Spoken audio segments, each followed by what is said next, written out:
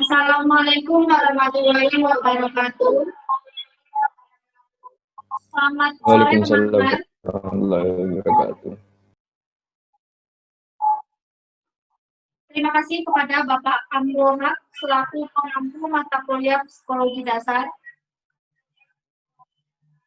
Terima kasih kepada teman-teman Prodi Manajemen Universitas Muhammadiyah Magelang.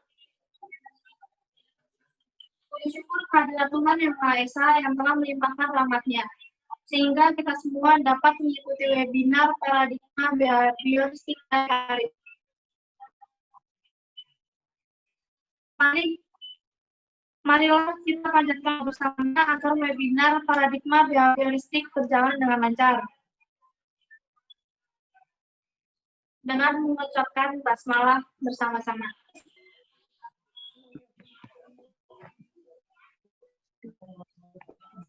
Perkenalkan kami selaku moderator.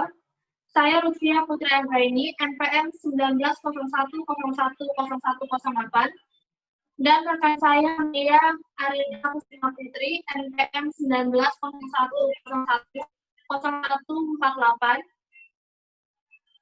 Kami dari kelompok 2 mata kuliah Psikologi Dasar Prodi Manajemen 19C ingin mempersembahkan webinar mengenai paradigma behavioristik.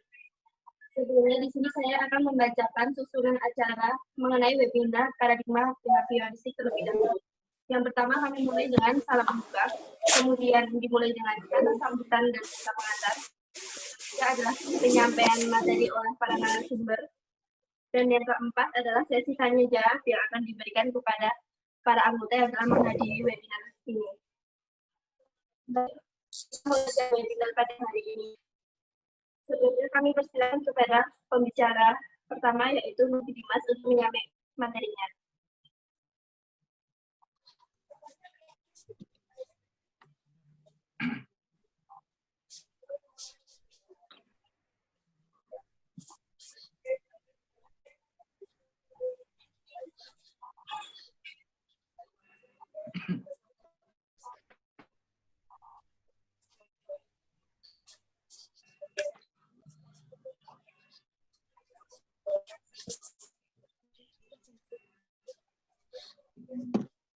Baiklah, sebelumnya Assalamualaikum warahmatullahi wabarakatuh. Saya Mustafa, NPM 0106, ingin mempresentasikan dari kelompok kami. Nama dari kelompok kami yaitu yang pertama Mustafa, NPM 0106, yang kedua Zulkarnain Fahmi Haris dengan NPM 0107, yang kedua Lutfia Putri Anggraini, NPM 0108.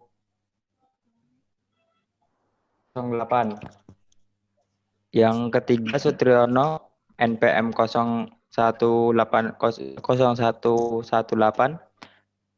Yang keempat Inur Indah Kusuma Ningrum, NPM 0117. Yang kelima Nungki Dimas Ari Pradana, NPM 0124. Yang ketujuh Zulfa Aryana, NPM 0125. Yang kedelapan Nela Atalia Zahra, NPM 0126. Yang kesembilan Muhammad Wahyu Putra, NPM 0131. Yang ke-10 Anissa Putri Damayati, NPM 0136. Yang ke-11 Evanti Fadilia Sari, NPM 0139. Yang selanjutnya Adi Sulaiman Toha, NPM 0141. Selanjutnya Dita Puspitasari, NPM 0142. Yang selanjutnya Amadia Arinta Kusuma Putri, NPM 0148. Yang selanjutnya Muhammad Dandi Rahmat Hidayatul Salsa, NPM 0150. Next.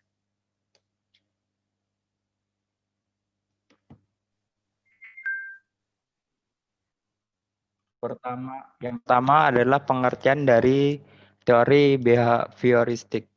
Apa sih itu teori behavioristik?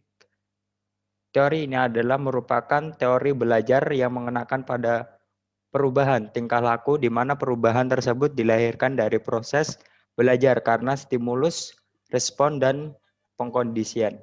Jadi, teori ini merupakan teori belajar yang menekankan pada perubahan tingkah laku manusia, di mana perubahan tersebut itu lahir karena proses yang belajar karena adanya stimulus, respon, dan pengkondisian. Next.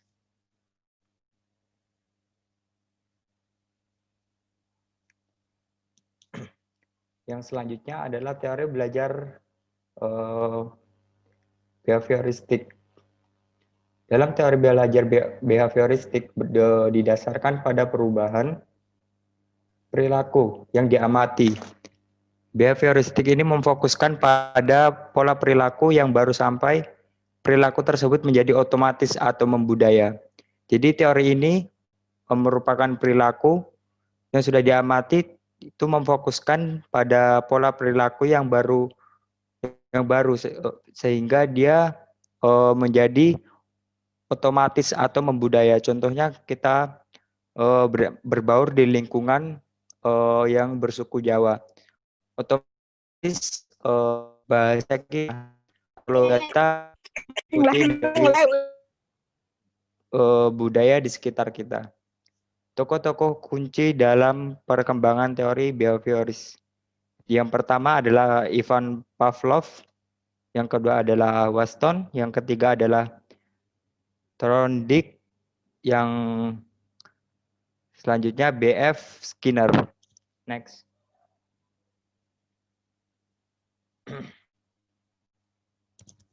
Next, Mbak. Pandangan dari teori behavioristik. Pandangan dari teori ini kurang juga dapat menjelaskan adanya variasi tingkat emosi dari pembelajar. Walaupun mereka itu mempunyai pengalaman penguatan yang sama. Dari pandangan tidak dapat menjelaskan mengapa dua anak itu yang mempunyai kemampuan dan pengalaman penguatan yang relatif sama. Ternyata perilaku terhadap suatu pembelajaran itu berbeda. Juga dalam memilih tugas yang sangat berbeda, tingkat kesulitannya. Pandangan behavioristik hanya mengakui adanya stimulus dan respon yang dapat diamati. Mereka memperhatikan adanya pengaruh atau pikiran atau perasaan yang mempertemukan unsur-unsur yang diamati tersebut. Jadi behavioristik ini merupakan yang diakui cuman stimulus dan respon, sehingga dapat diamati dan memperhatikan pengaruh dari pikiran atau perasaan dari setiap manusia. Next, Mbak.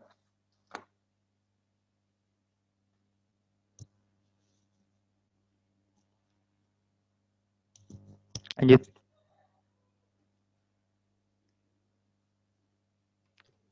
Ciri-ciri dari pendekatan behavioristik.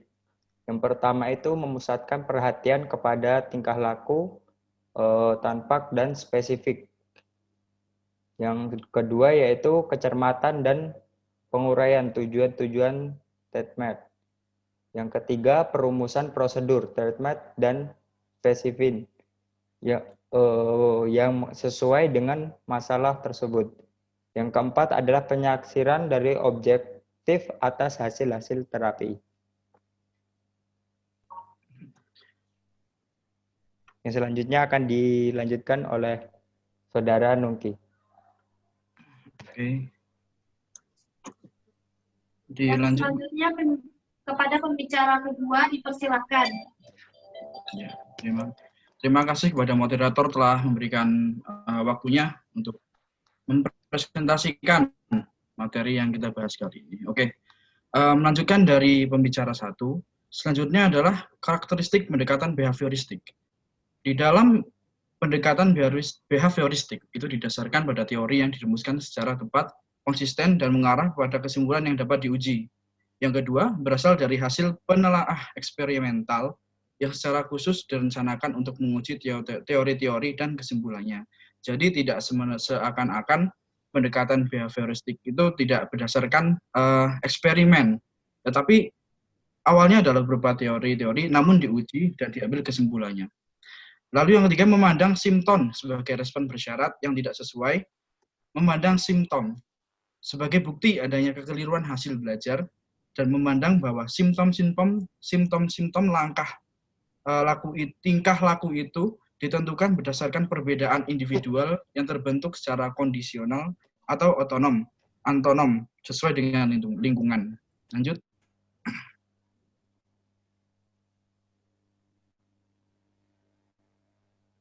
Next. Oke. Prinsip behavioristik.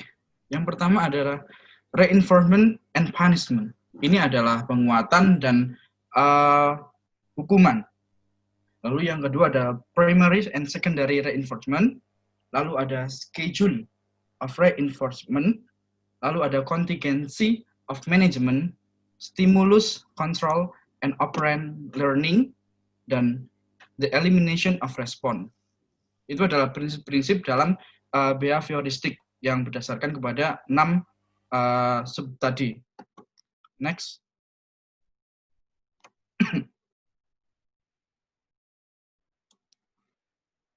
Lalu di dalam pendekatan behavioristik itu terdapat 3 kelebihan yang kita rangkum secara umum. Yang pertama adalah sesuai dengan materi pembelajaran. Yang kedua, materi pembelajaran dirancang secara khusus. Yang ketiga adalah membangun konsentrasi individu. Nah, meskipun pendekatan behavioristik itu ada kelebihan, tetapi juga ada kekurangannya. Next, Mbak.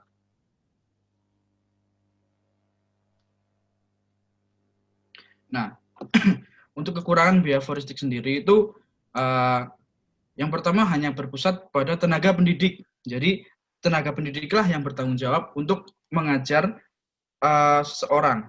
Yang kedua adalah lebih mengutamakan hafalan daripada pengertian. Kaku dan membosankan, individu menjadi pasif dan tidak inovatif. Jadi untuk pendekatan behavioristik itu lebih terkesan kaku dan seperti hanya berpegang pada satu pandangan, Jadi tidak orang yang dididik itu akan merasa bahwa dirinya itu menjadi pasif dan kurang inovatif, beda dengan yang lainnya, beda dengan pendekatan-pendekatan yang lainnya. Next. Oke, mungkin cukup itu materi yang dapat kami sampaikan. Monggo, Mbak Moderator, saya kembalikan. Terima kasih kepada pemateri kedua. Acara selanjutnya adalah sesi tanya jawab untuk 3 penanya terlebih dahulu. Bagi yang ingin bertanya, dimohon menuliskan nama dan NPM di kolom chat. Terima kasih.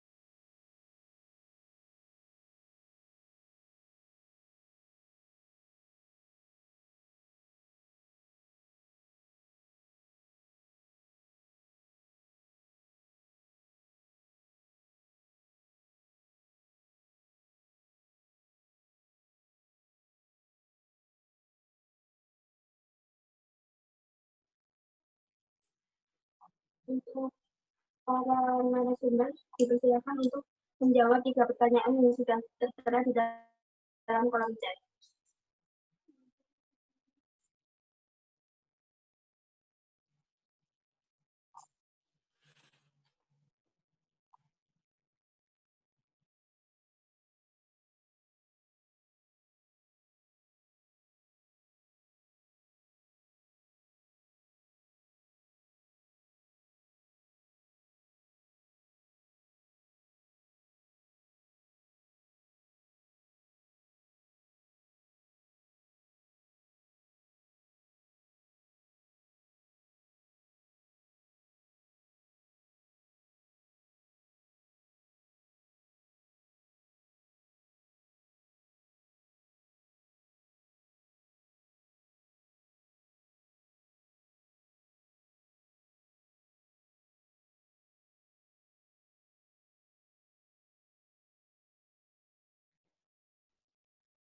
Sambil menunggu menjawab beberapa pertanyaan, kami akan memberikan pertanyaan kepada para anggota sebanyak 6 pertanyaan.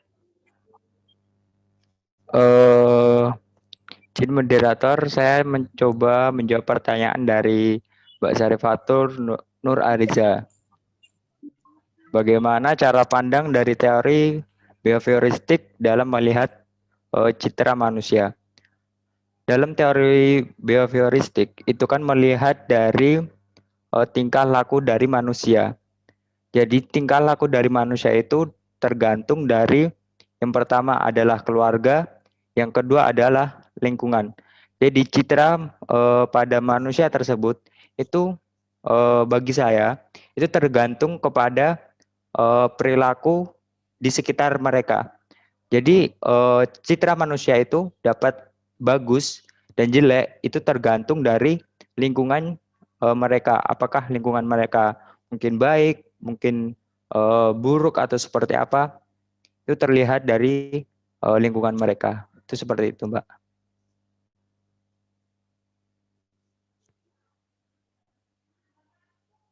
Baik, terima kasih.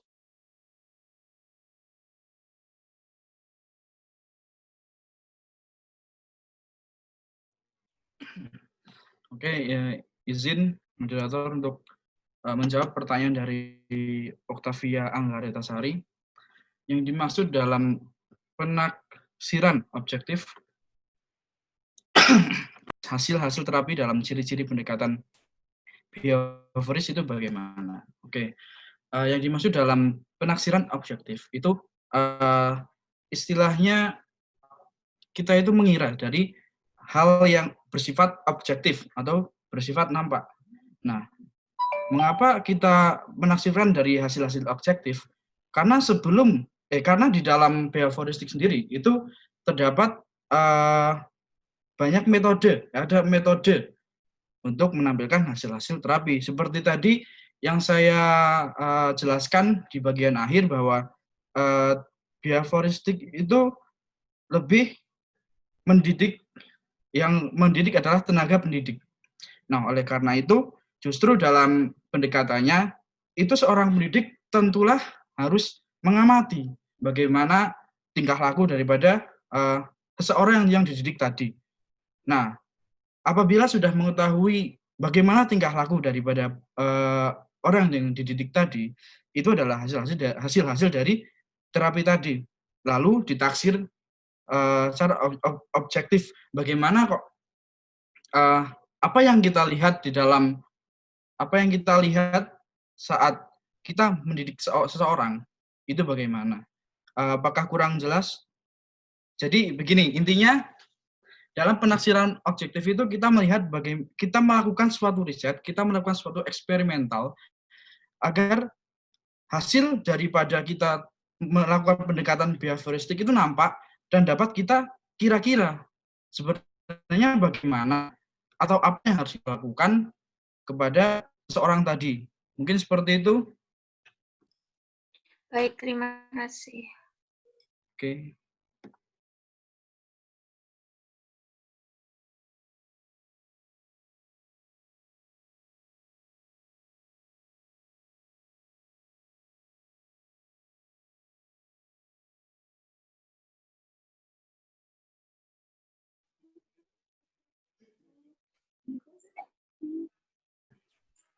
izin menjawab lagi 3 pertanyaan ya, Mbak? Ya, izin menjawab pertanyaan dari Frinda Putri Wijayana. Pada slide terakhir, bagaimana cara mengatasi agar lebih berinovasi dan tidak membosankan? Oke, saya akan mencoba menjawab ya. Untuk berinovasi dan tidak membosankan, itu tergantung bagaimana tiap-tiap pendidiknya. Nah, jadi bagaimana di dalam pendekatan behavioristik itu memang lebih terkesan tidak berinovasi karena sudah berdasarkan apa yang sudah ditetapkan dan apa yang sudah didapatkan. Jadi itu hanya seperti kita mengulang-ulang. Karena tadi juga hanya berdasarkan hafalan, bukan pengertian. Jadi apa yang sudah ada, apa yang sudah terpampang di teks atau di media, itu kita hanya menghafal isinya. Tetapi kita tidak tahu sebenarnya itu apa arti dari yang kita hafalkan tadi. Nah, bagaimana cara kita untuk lebih berinovasi? Tentu saja kita bisa menggunakan metode-metode lain yang mungkin tidak mengarah kepada yang behavioristik. Kita bisa menggunakan metode lain yang sekiranya dapat meningkatkan inovasi serta tidak membosankan bagi yang kita didik tadi. Oke, seperti itu mungkin. Ya, baik, Mas Nugi. Baik, terima kasih kepada pembicara karena sudah menjawab pertanyaan. Di sini saya akan membacakan beberapa pertanyaan untuk yang sudah mengikuti webinar. Soal pertama yaitu sebutkan penerapan teori behavioristik dalam kehidupan sehari-hari. Silakan untuk Mas Siti. Kemudian soal kedua untuk Mas Rehan, yaitu sebutkan tokoh-tokoh dalam perkembangan teori behavioristik.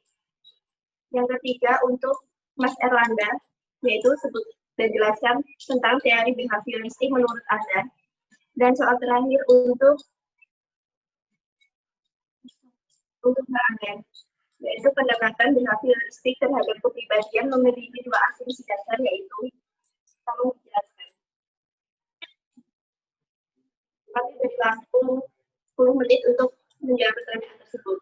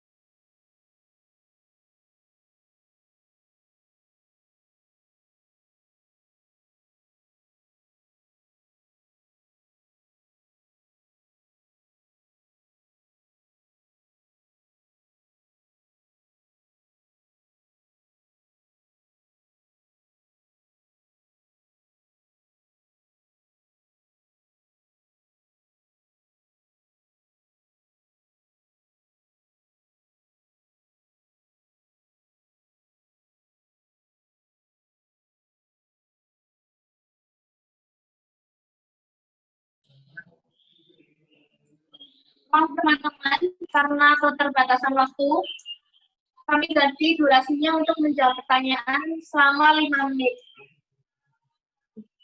Terima kasih.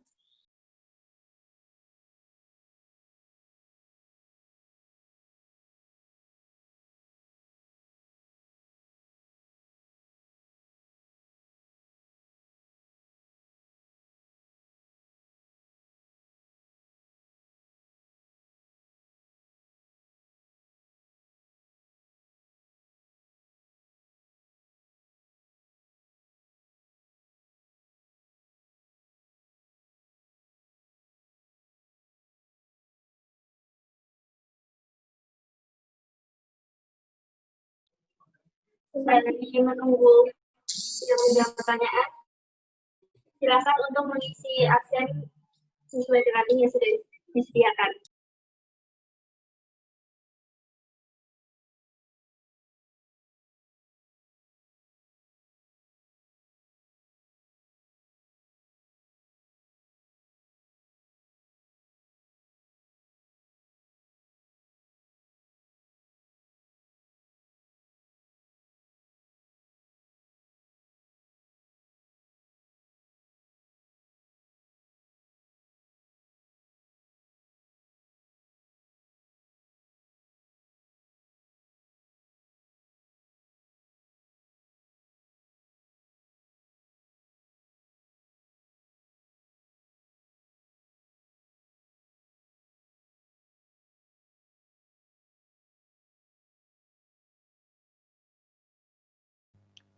Mohon izin moderator.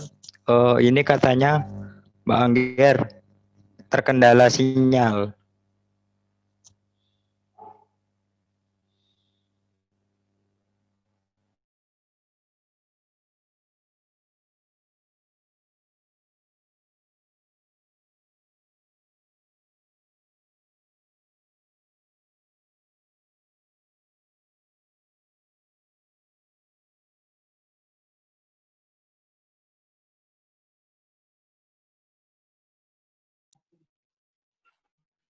Maaf teman-teman, karena banyak yang terkendala sinyal dan waktu yang hampir habis, maka untuk menjawab pertanyaan, kalian bisa melalui WA Group Kelas Manajemen 19C.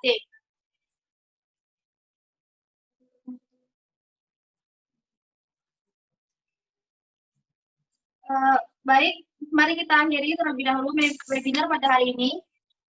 Untuk absensi, dimohon mengisikan di link yang sudah dikirimkan melalui chat. Sekali lagi, kami mengucapkan terima kasih kepada dua materi kita, dan juga seluruh teman-teman yang telah berpartisipasi dalam kegiatan webinar ini. Kami mohon maaf apabila banyak kesalahan dan kekurangan.